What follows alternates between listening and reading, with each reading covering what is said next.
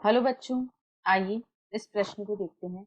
एक लंबवत data set बनाने के लिए गैलापागोस आइलैंड पर रहने वाली वेस्ट फिंचेस जियोस्पेजा फॉर्टिस का डाटा इकट्ठा किया गया। नीचे दिए गए ग्राफ में 1971 से 2001 के बीच का संग्रहित चोंच के आकार का डाटा ग्राफ द्वारा दर्शाया गया है। विकल्प ए चोंच के आकार में उतार चढ़ाव संभवतः वातावरण के परिवर्तन के कारण है।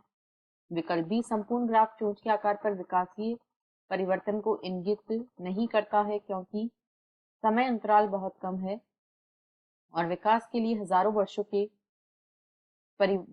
दौरान परिवर्तन की आवश्यकता होती है। विकल्प सी ग्राफ यह इंगित करता है कि गैलापागोस आइलैंड की फिंचेस में चोंच के आकार में परिवर्तन अभिसारी विकास से हो सकता है।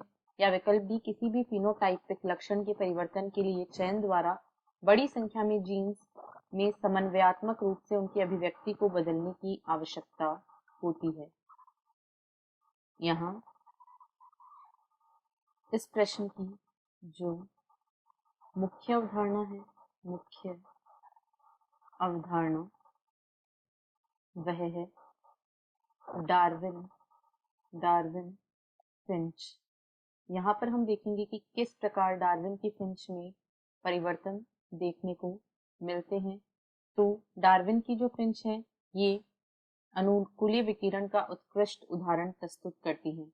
ये अनुकूली विकिरण का उत्कृष्ट उदाहरण प्रस्तुत करती है क्योंकि यहाँ पर एक पूर्वज फिंच से अलग अलग प्रकार की फिंच उत्पन्न हुई और यह परिवर्तन इनकी खाने की आदतों में अलग अलग खाने की आदतों के कारण अलग अलग चोंच के आकार वाली फिंच की उत्पत्ति हुई।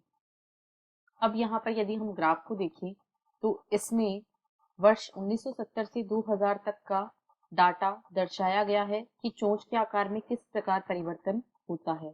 तो अब यदि हम विकल्पों के माध्यम से देखें तो विकल्प ए में कहा गया है चोंच के आकार में उतार चढ़ाव संभवतः वातावरण के परिवर्तन के कारण है।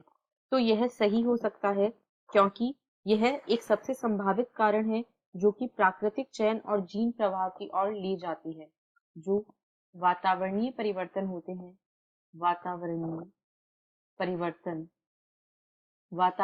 परिवर्तन जो होते हैं ये प्राकृतिक चयन और जीन प्रवाह की ओर ले जाते हैं। जब वातावरण में बदलाव होते हैं तो ऐसे जीव जो कि अधिक सक्षम होते हैं, अधिक अनुकूलित होते हैं, वे उनकी उत्तरजीविता की संभावनाएं और ऐसे जीव जीवित रहते हैं।